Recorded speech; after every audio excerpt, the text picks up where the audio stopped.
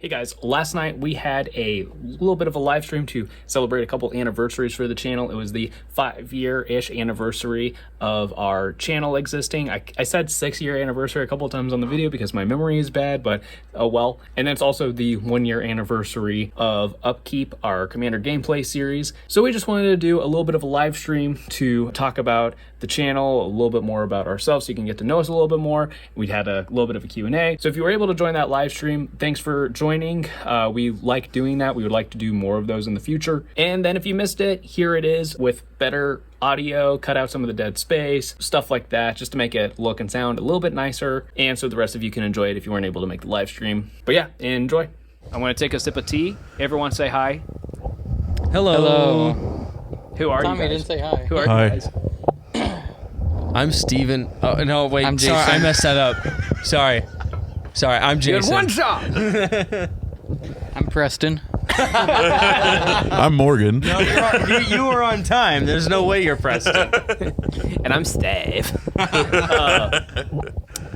Okay, so yeah, not this gonna correct is it, so off just to figure it this out. is off to a great start. So we are doing a live stream Forward, to buddy. celebrate the 6-year anniversary of the channel, and it's Yay. been 1 year since episode 0 of Upkeep, which was like our test run of the gameplay, and that's kind of what we've become known for, and that's the main thing that we do now is Commander gameplay. So that was like our test run, and you know, if that had gone differently, maybe we wouldn't be here. Maybe Geek and Seek wouldn't exist anymore. Maybe it would be something very different. So, you know, Upkeep is obviously very important to us. So, I don't know what you guys remember from that test game. I wasn't in the game. I was just there making sure that the technology worked. And Jason, you weren't in the game. Was it you guys, Preston and Anthony, in that game? Yeah. What do you guys remember from the test game as far as filming and anything? I won with Tovalar. Werewolves. Yeah. Werewolf buddies. Was it weird for you guys going into it? Did I seem like an idiot who didn't know what he was doing? Did that stay true when we started doing the actual series, or what did you guys remember from that was different, if anything, from the test run to? Well, as when your we actually brother, started I the know series? that you've always been an idiot. Yeah. But no, I think for the most part, you've kind of seemed like you've known at least kind of what you wanted to do. Yeah. Yeah, And it has gotten better, I think. I could tell you had an idea for what you wanted to do and like had a very clear vision of like, this is what I want for the channel. Obviously that takes some like growth and evolution as it goes. You're not just going to hit it out of the park right off the bat. But as for me, I did feel a little awkward doing it because I had never like, I hadn't been playing Commander for very long, and which is still true, but more now, obviously.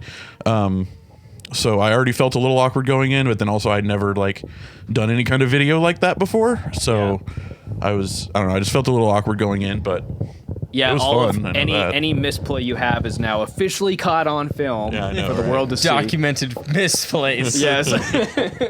Yeah, it brings a new level of importance to it. I think for me, being on because I wasn't in the game, for me that original test game for Upkeep was really just an editing thing, because we kind of do the same setup. Like we have a different mic system now, but the camera system's the same. My editing system is more or less the same, except we do our intros differently than we did in that test game.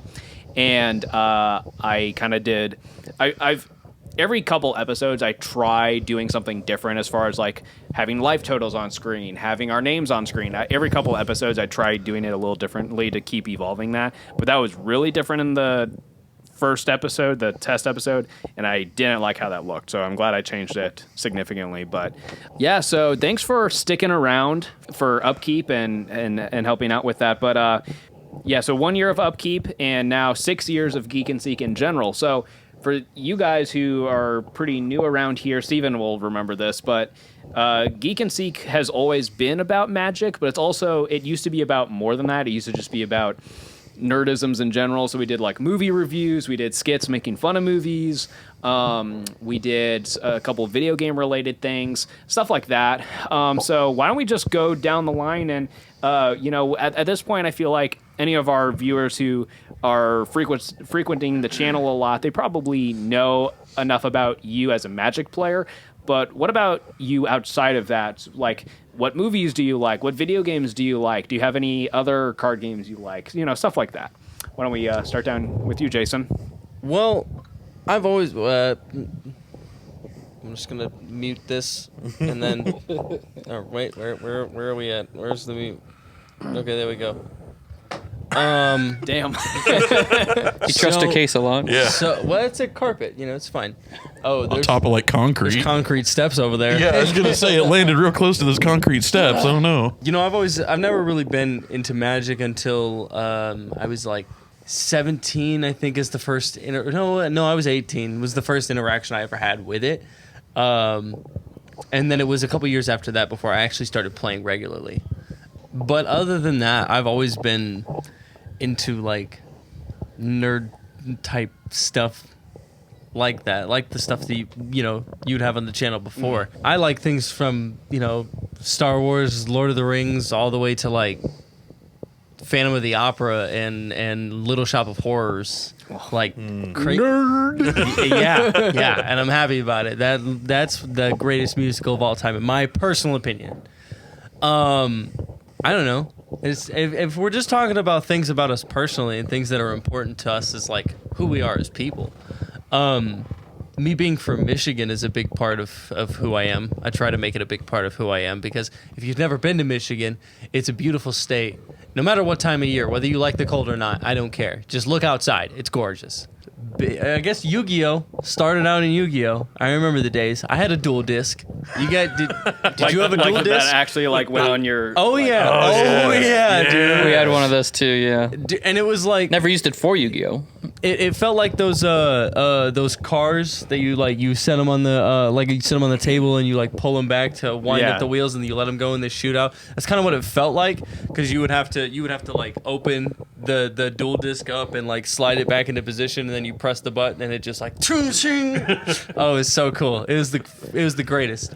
So having had a little bit of a background in Yu-Gi-Oh, did that make learning Magic any easier? Not even a little. Not even a little. It's so different. They're so different. Like the concepts aren't even the same. You can only attack to go for someone's life points in Yu-Gi-Oh if they have no creatures on the battlefield. Whereas in Magic, you're always attacking the player, and the player uses the creatures to block. It's completely different there. There's a lot more intricate and complex interactions that you can get into in Magic. It's a lot more thinking. What I often tell people. When I tell them I play Magic, if they don't know what it is, and they're like, is it kind of like Yu-Gi-Oh? I always tell them it's like Yu-Gi-Oh is checkers and Magic is chess. Yeah. That's actually a pretty good way of thinking about it. I kind of had the same experience. By the way, I love chess. Yes, I wish I played chess more often. Every time I play it, I have a lot of fun. But I've played Yu-Gi-Oh at different points in my life, and at this point, I've kind of officially given up on it because it's like they're always adding new things. Which I mean, they're always adding new things to Magic as well.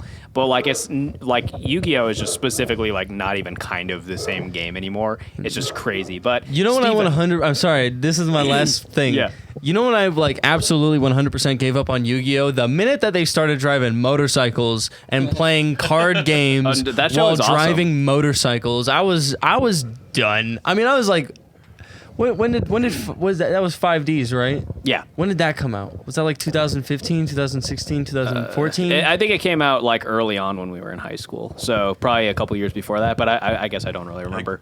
So Steven, anyone who's been here since kind of day one, kind of maybe remembers that you and I are kind of like been here since the beginning. But just as a refresher to anyone, hey, Preston's here. For anyone who maybe is not not from the original Geek and Seek, Steven, tell us a little bit about outside of Magic. What kind of nerdisms are you into? Well, I've been playing Star Wars Jedi Survivor a lot recently. The game's awesome. I do like Star Wars, Lord of the Rings. I Adjust the camera have a little liked bit. Marvel movies until somewhat recently, and now it's kind of hit or miss. Are you gonna? Let's see. that? That'll work. I started getting into Magic the Gathering when Shadows over Innistrad was the most recent set. So whatever year that was that 2015? 16. Wait, what year was Eldritch Moon? The same year. 16. Summer of. Okay. It was a set right after That makes Shadows sense. over Innistrad. Okay. They were That like makes a sense. the Yeah, box set. Steve and I started playing Magic around the same time. Yeah. Wait, that was your first set? I mean, Eldritch Moon was my first set, so we all started like the same year. Yeah. Ah. And that's nice. Preston wasn't too far behind us. Preston, you might have to share a mic with someone. I can, But Stevens actually might he can be close. You can lean in and give Steven a little smooch on the cheek while you're at it. Hi there. Preston, thanks for joining us. Preston's actually also kind of been here since the beginning of Geek and Seek. So for anyone who doesn't know, what other stuff outside of Magic are you into that would fall in the nerdism category? Let's see, Godzilla, Pokemon, Kingdom Hearts. Pokemon. How did I forget Yeah. Pokemon? I don't play the TCG, but the games I've always been into. Yeah. I did play the TCG. It's really fun, but I think technically the only way to play play Pokemon is standard, and it rotates more often than Magic does for standard. So They yeah, release like almost twice as many sets. My Yeah. sister collects Pokemon cards. She like collected Pokemon cards when we were kids. I never once watched her actually play a game. She swears she did, but I never actually saw it happen. But she collects Pokemon cards now. She's actually won a couple of cards from like Instagram raffles and Oh, stuff. nice. It's actually nuts. Yeah, it's pretty cool. What else? Any shows or movies or Marvel movies, stuff like that.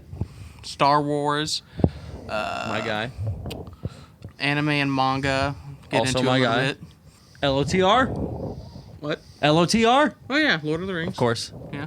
I've had such a big kick out of Lord of the Rings recently, mostly because of Magic being Magic like, set. like bringing it out, and then I just like I've always liked Lord of the Rings, but it was just like nice to have a reason to get really into it again. I literally had recently. It was HBO. nice. Well, it's not. It's Max now, but I literally had like It's HBO, though. all three Lord of the Rings playing like back to back to back as I like opened up my Lord of the Rings set booster box and then organized all my stuff by color and whatnot. I literally had all three of those movies playing while I was doing Heck that. Loved it. Yeah, and if anyone tunes in and they want to drop questions for the gang, let us know. We will probably do a Q&A section here in a little bit. But Tommy, you're one of the newer guys here on the channel. What do you guys have? What do you like that's nerdy outside of Magic the Gathering? Mostly a lot of stuff that's already been said. Star Wars, huge Star Wars fan, huge Lord of the Rings fan. I'm really sad I didn't get to pick up any Lord of the Rings Magic stuff just because it was, still recovering from moving with financially. But anyway, I didn't get to pick any of that up, so I'm bummed about that. it was such a- Excuses. It was Whatever. it was opened so much, though. I would be surprised if most of those cards, like Nazgul's expensive, the One Ring's expensive because it's really good in Modern, and I think there's a couple other cards that are expensive, but almost every card in the set is cheap. Yeah. So you probably Well, could just and- get the singles. And that's cool. I'll look for like what singles I want because that's usually how I buy cards anyway. But I really kind of wanted to just crack packs in that because like of Well, the whole it's fun. aesthetic about even a lot of like reprints with new art and stuff like that I would have liked to that's see.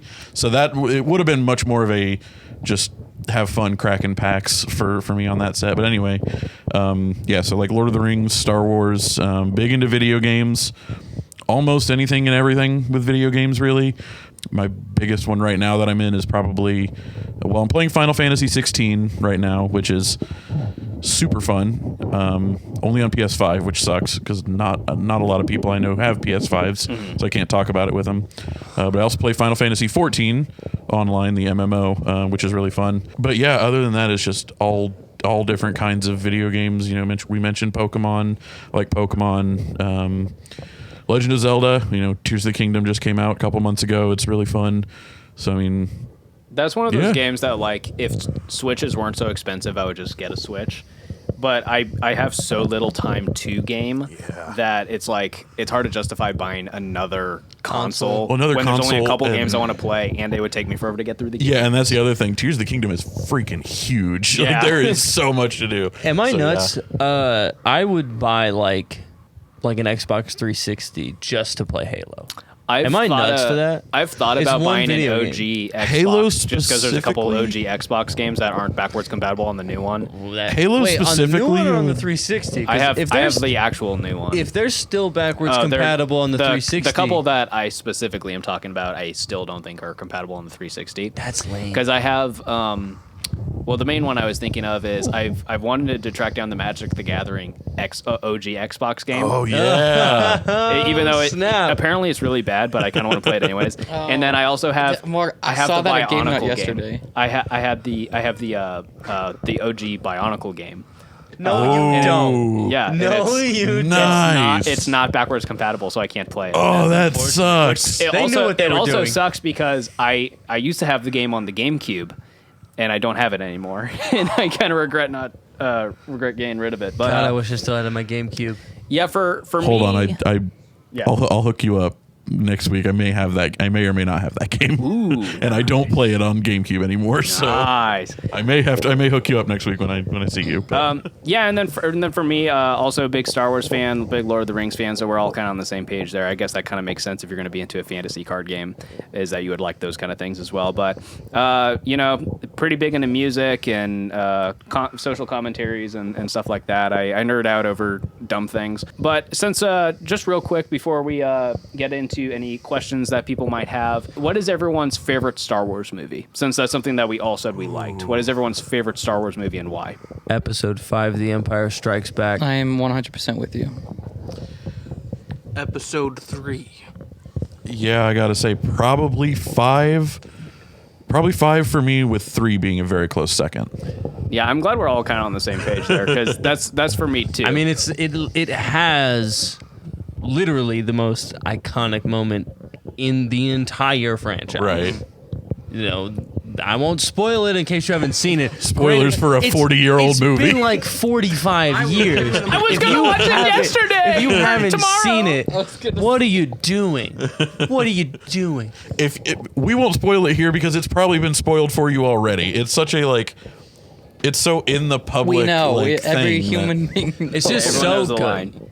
This might be like a shock to you guys, but I think my second favorite Star Wars movie is Rogue One.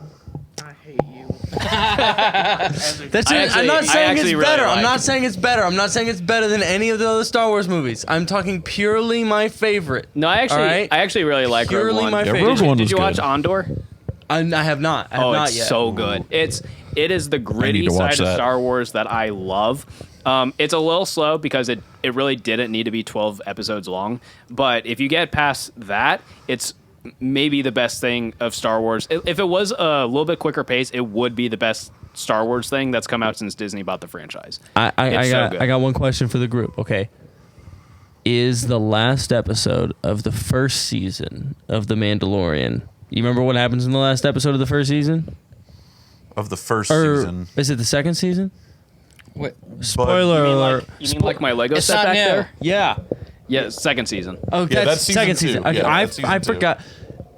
Is that episode, that one episode, is that not episode better than The Force Awakens, The Last Jedi, Well, definitely Force and Awakens. The Rise of Skywalker? Is it not better than to me? Definitely Rise of Skywalker. To me, Definitely better than Rise of To me, that Skywalker. last episode is better than all three of those movies. It was my favorite Star Wars content that I had watched since like That episode the first is- time that I episode's one of watched the- yeah, it's pretty up there. since like Yeah. actually I think since Revenge of the Sith. I think that was the last time that I really was just taken over by a Star Wars film. Like my first time watching it. Yeah. I mean, that's definitely my favorite episode of Mandalorian. That's for sure. I just have a fond memory of it because Steven and I were with a couple other friends in Branson for the weekend, just as like a friend getaway kind of thing. And it came out while we were out there, and we all just like huddled around my phone to watch it. And when he came out and the stuff started going down, everyone's like, oh, and we're like jumping and screaming in our hotel room. It was just that was a fun time. That's a good core memory for me. Yeah, that's pretty fire. But yeah, I like the grittier side of Star Wars. So I'm excited for the Acolyte, which is coming out. I think end of this year. Canceled. Wait, There's no way it got canceled if it's like 90% done. They finished filming it. Yeah, they had done a lot of work on it. But. Hollywood will cancel movies that are done. Yeah, True. I guess that is true. True. Yeah, didn't they cancel? Disney Plus pulled a movie after God, like what's a his few name? weeks. What's his name? He plays the bad guy in Seven. He plays like the main con man in the movie 21. He's in The Usual Suspects. What's his name? Bro, I have no idea. What is yeah, I his didn't How do you know. guys not know this? Yes. Didn't they cancel a Kevin Spacey movie that was like Oh. done, gonna come out like 2 weeks before it came out? Well, I think it was like the last season of the show he was in or something. Well, not the I know they movie. canceled House of Cards, but I'm like pretty sure he was like in a movie, or like it was either the movie was either done or was close to done, but he was in like a big movie that they like either replaced his role or they canceled the movie because they weren't going to put it out because he was in it. Yeah, I just feel like I don't know. That's a little bit distant. course, That's of kind of a course, valid. That's a But I was very just valid speaking- reason to I would- cancel that. But Yeah, I'm not saying it wasn't. I was just speaking to Preston's point about they'll cancel movies that are already finished. Oh yeah, for sure. If That's- something like that happens. Yeah, I was. Yeah, cancel Kevin Spacey. I don't support Kevin Spacey at all. Anyway, But the movie could still come out. yeah. Yeah, so Maybe it's good. Who knows? yeah, so to get kind of back to Magic, we only have a couple questions in the chat right now. If people trickle in, you want to drop more questions, that's cool. What are the group thoughts on proxies? We'll just go one at a time down here. I feel like we've talked about this on the channel a couple times, but it's worth repeating, especially because, I think at this point people are pretty chill about the proxy situation, but some people still get really heated about it. So it's worth having the opinion voiced. So why don't we just all go down the row? Jason starts off. All right. Well, I've said it before. I'll say it again. Proxy whatever card you want, as long as you're not proxying your entire deck, and as long as you turn 0, let your playgroup know, hey, I have some cards in here that aren't real, but they're $1 million, and I don't have $1 million to spend on a Magic card, so I made a fake one. It is cardboard after all. Yeah. Paperboard. It's not even good enough to be cardboard. It's paperboard. I want to say this. This is just how I personally feel. If you're somebody that gets mad because somebody proxied like a Gaia's Cradle or something like that, or like a Wheel of Fortune, or a original Dual Land, if you're mad because somebody proxied that, give them $1,000. Yeah. Let them go Yeah. buy It's it. like, okay, you Oh, go you buy don't have $1,000 $1,000 to land. give them? How about you mind your own business then? Yeah. Yeah, no, good. So good. proxies are fine with me as long as people say something beforehand. But if Yeah. you try to pass off a proxy as a real card, I'm gonna call you out. Oh, for Yeah. sure. I'm gonna call you out on it. What about you, Preston? My thing is, if you're just starting out Magic, proxy as much as you want to see if you like the game before you spend a ton of money. I agree You with should that do too. That. But once you're into it, I think if the card's above $100, proxy it as much as you want. If it's less than that, I'd say buy one copy and then you can proxy as much as you want. That's how I feel about it currently, at least. I think that's how I feel about it. Like, if you own a copy of it, even if it's just one, because say, it's a really good card that you want in multiple decks, like Crater Hoof Behemoth or Cyclonic Rift, that's $30-something cards, and you don't want to spend $30 for every single deck, then I feel like it's fine if you have one copy and you proxy. But okay, so I think that's kind of a different situation because a lot of people seem to do that. Jason and I do it, and I know yeah. So a lot of people. It's a very do it. common solution to But something what like about that. specifically reserved list cards, like original dual lands, right? Several $100s. They objectively make your deck a lot better. If you're going to play CEDH, there's almost no reason to not play them. But because they're so expensive, chances are you probably don't have one and you probably can't afford one. And I mean, not only that, but What are your thoughts on outside that? of looking online, it's hard to find them. Yeah. Mhm. Yeah. I haven't been in a single store anywhere that has had an original dual land for sale ever. Yeah. So Well, they probably don't keep it out in case it gets stolen. I'd say a lot of them wouldn't keep it on display, even but in their inventory. yeah, even in their inventory, I've never seen one So, in a what, store. what about that? Because I feel like that's different. I'm still gonna say probably not. I mean, because if you are gonna go all, like in with like CDEH, then you probably have money to spend on Magic. So If you're playing in tournaments, maybe because say- you have to have real cards. But if you're playing Yeah, casually, obviously. like I have a lot of friends who play CEDH that have proxies in their CEDH decks just because they have like a 4-color deck and they need like 3 or 4 of the OG dual lands or something in it. If you're not- playing it's not a casually, problem. I think it's a turn 0 kind of thing. That's- yeah. Like it's just If up for it's if you're playing casual, casually, I don't care. Any, do whatever you want when you're playing casually, just with your friends, for sure. I agree with that. Don't lie to people. Yeah, and don't Printing it, I'm not buying it.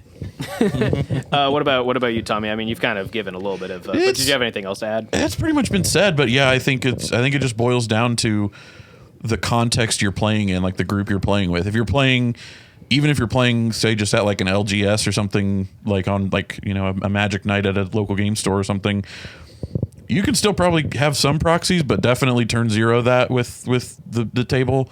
So yeah, it just really comes down to, for me, the situation you're playing in and the group you're playing with. Of like, are they okay with you having a set of dual lands in your deck? That's fine then. Who am I to tell you can't do that if your play group's okay with it? I mean, Yeah, we've talked about placeholder cards, and obviously we're cool with that. But for specifically proxies, I don't love them, but I'm more interested in actually getting to play the game and letting you also play the game. So if it's like a fundamental piece of your deck that you need, let's say there's like a weird reserve list card that's maybe not even that good. So like my life swap deck that you guys will get to see shortly on Upkeep, there's a reserve list card that would be great in that deck, but it's $400. Yep. I can't do that. That's ridiculous. So in those situations, I'm more interested in people proxying, especially in CEDH, because you are playing with a lot of those old reserve list cards, just because a lot of, well, depending, not creatures, but lands and spells used to be a lot stronger back in the day. Especially if you're going to play CEDH, I'd rather you just be able to play the game. So towards the end of Season 2 of Upkeep, we are having a high power / CEDH episode. And if people are wanting to proxy up some OG duels or a mana crypt or something like that, I don't care. My big thing is I want it to still be a functional game piece, though. So if you just have a basic land and you have a Sharpie that's going out and you wrote Mana Crypt on it, and I can't freaking read it, and I can't tell what it is because you drew it on a land, that doesn't fly with me really. But if you at least print it out to where the art is recognizable or something like that. Again, like what Jason was saying, don't try to trick people, don't lie to people, don't try to play it off as a real card. But for me, as long as I can tell what it is just by looking at it, and I can keep playing the game as normal, I'm pretty cool with it. The only other real question we have in the chat is actually kind of a joke, but I'm gonna switch it into a real question, which is, what do you guys think about mono white? in Commander, Yeah, it's definitely a lot better than it used to be. It's Better than it still, used to it's be. still the weakest Well, mono color. Is it weaker than mono red though? Yeah, Depends on the think format. So. I think so, just because a mono red deck versus a mono white deck, mono red deck's gonna get in fit quicker. It's gonna hit harder. And I mean, you got life gain in white, sure, but red has ways to catch up to that. I mean, fiery emancipation, you're tripling everything that you do. Sure, but also white has real card draw. White has life gain. White has debatably better creatures. It has protection spells. See, you're Board kind of thinking better of, board wipes. It's not just about card draw anymore. The way that the cards have been designed now, it's more towards like card advantage. And red can give you a way more card advantage. Well, than yeah, I white mean, can. the impulse You can draw have that red gets is access really good. to a lot more cards at one time by playing red than you do by playing white. And you even have a decent amount of like ritual effects to give you a ton of mana in red. I mean, just Mana Geyser, Jessica's Will, to name a few. Yeah. And so I still think that as a mono color, mono red is still better than mono white. But if you're adding a color into a deck, your deck will be stronger if you add red than if you add white. Or if you add probably black too. I mean, black is still a really strong color, but no, I think I don't blue know. black. I think Actually- blue black is still better than blue white. So I think, I mean, if you don't consider CEDH, if you're just talking about like normal commander, I still think that like green is probably the best color, and then sure. I would put black as second best. Yeah. And then I would probably have blue, then white, then red at the bottom. Because red is, I feel like a lot of red's removal is damage based, and that just isn't enough damage to, like Lightning Bolt kills most things in most formats, except in Commander where Lightning Bolt is barely ever played. And then haste matters a lot less in Commander because you have so many opponents. Impulse draw is a lot more risky in multiplayer when the game's going to go longer. So See, but playing having it more haste aggressively in isn't as command, good. having haste in commander can be a huge advantage. Well, sure, but you also have more opponents. True, but you get things going quicker than your opponents do. But what do the rest of you guys think? I mean, I was mostly just going to say that in terms of like, I think a lot of it depends on the format we were talking about, like kind of what you said of in like modern or you know most in a lot of like 60 card formats. I think red as a mono color would be a little bit better than a mono white, but Yeah, I think Ragavan beats Soul Sisters any day. well, yeah. I mean, it's just I think a lot of it depends on the format. But if we're talking mostly about Commander, yeah, I kind of agree that it's just like I think on its own as a mono white color, it's not the best. It's not great. As a supporting color to splash into another deck, it's really good because of just so many. Yeah, I think white There are just might so be many- the best support color. I would say it's the best support color just because Yeah. there's so many spells and so many effects in white that even if they don't necessarily play directly into the synergy of your deck, they're not going to hurt anything. It's almost like You it's know. just a good utility color. Like Yeah. you go through the deck that you've built and you look at the cards that you have and you're saying, okay, what doesn't my deck do now that I need it to do? And chances are, if you can add white into that, white is going to have some answer for what you're looking for. It's going to have something you can do. So yeah, I'd say it's definitely the best support / like utility color, but on its own, not great in Commander. It's still really strong, but probably still the weakest. I mean, there's white decks that are strong. There's decks of any color that are strong. Light Paws. Yeah, This guy. my okay. There's also mono red decks that are strong. Godo. Yeah. I mean, so it's Orchestra- just like you can build a deck of any color, single color, and have it be good and have it win. So I mean, that's. I have a horrible idea for an episode of Upkeep. Oh God, We all 5 of us play a monocolored deck, and we all play different colors. that wouldn't be terrible. Actually, not a terrible That's idea. not. Dibs on green. No, Ha! I already have them on. Nope. I already called. So do I. No, Steven, you need to build more non-green decks. Yes, you do. Yes, you do. I don't care. Is colorless a color? So did No. Steven or Ask yourself that question one more time. I want to hear you ask yourself that question one more Oh, time. I know what I said. At this point, colorless is basically the sixth color. Steven or Preston? Did you have guess. anything to add to what your thoughts are on mono white? Mono white is weaker at the higher end in CDH, but it's better in casual than at least red. Probably black. Low power blue is pretty bad in Commander. Yeah. For being Yeah. honest. Yeah, but if you're playing like really efficiently in blue, I would still say it's maybe the second best color. Depends on the power level though. Controversial opinion. White in CEDH is better than green in CEDH. Oh, that's definitely In true. CEDH, Yeah, absolutely. In CEDH, CEDH, you almost I flip think- it. I think mono Yeah. green is like almost. I think the worst. white is probably the second best color in CEDH because there's a lot of just A lot of protection First of all, spells and it's the instant protection interaction. spells, but mainly it's the stacks effects. Oh yeah. If Yeah. like stacks just absolutely kill CEDH decks. It's Green is the best in Commander because it's a long format, and green green is a color that always wants the game to go long. So, So that doesn't when you translate get- well to when you get to where it's CDH, a faster format. Yeah, exactly. I don't want to draw this out too much longer. I was going to go for the whole hour, but we've only had a few people coming in and out, and we don't have any other questions. So I just kind of wanted to tell you guys a little bit about what to expect from the channel going forward. We're going to keep doing the Commander series. We're actually filming an episode tonight, which will be coming out in just a week or two. And then Season 2 officially is starting August 8th, I want to say. I actually don't remember, but it's going to be 16 episodes, all different themes. Kind of no repeat themes from Season 1, kind of. So a lot of new themes, a lot of cool new decks. We'll have a couple of our other friends coming in for different episodes at different points, so it should be pretty dang fun. Is there any specific deck you guys are excited to show off? Is there any specific episode you guys are excited for? We don't have to tell the viewers everything that's coming in Season 2, but is there anything you guys are really excited about that you think the viewers should be excited about too? Honestly, the CEDH game, just because it'll be the only game that I will be able to play Joyra on camera.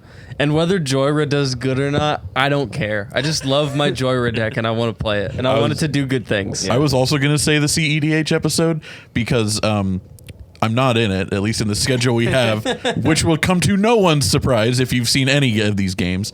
I just want to see what kind of shenanigans y'all come up with for that. I think it'll be fun to see. Yeah. Steven or Preston? I'm You always good. have so much good stuff to add to the conversation. You're always. I guess that's another thing for what to expect from the channel going forward is I want to bring the podcast back. I miss doing it, but it's kind of hard for us to schedule who's going to be on it. Do we have set people who are always going to be on it, or when are we going to film it? So how often are we going to do it? Is it an every week thing, every other week thing? So I do miss the podcast. I would like to bring it back. So if you guys have feedback on what you would like to see from that, let me know. But otherwise, who knows? But otherwise, yeah, you can just expect some cool stuff, some cool games, and stay funky, bros. Anything else you guys want to say? Or Thanks for continuing to support the channel. We all appreciate it. We all love being able to come and make these videos for you guys, and we appreciate all the hard work that Morgan puts into these things to make them look as good as they do. Just thanks for being here with us. well, Steven doesn't because he doesn't appreciate anything, but the rest of us. thanks, everyone except Steven. I really do want to say, Morgan, thank you for all of the work that you do, because Morgan is the operation here. We just kind of show up and play Magic. Yeah. And Well, don't do a we whole show lot. up and play Magic, Tommy. I don't know what you do. Well, I show up. Hey, Magic I came optional. Up with the name Geek and Seek, so. That's true. Oh, yeah. Yeah, Preston did come up with the name. So you're the Walter White of this operation? kind of. And yeah, we just hit 1,300 a couple days ago. So thanks for that, and we're excited to continue to grow with you guys and make cool stuff. So we will catch you guys later. Bye. Bye. Bye.